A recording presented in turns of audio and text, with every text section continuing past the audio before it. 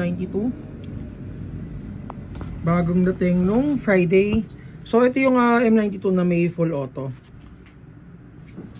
So naka metal slide, metal yung frame. With with case ng kasama. Yung case niya. So HFC is made in Taiwan. Ayan, so may Taiwan na tayong budget meal.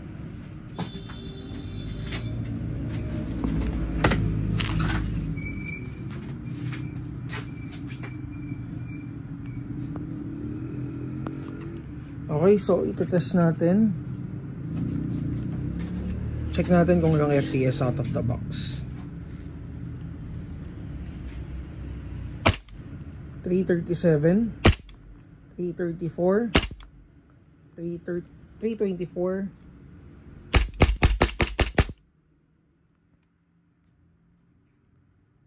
So dalawang kulay ang meron tayo nito, yung chrome at saka itong color black.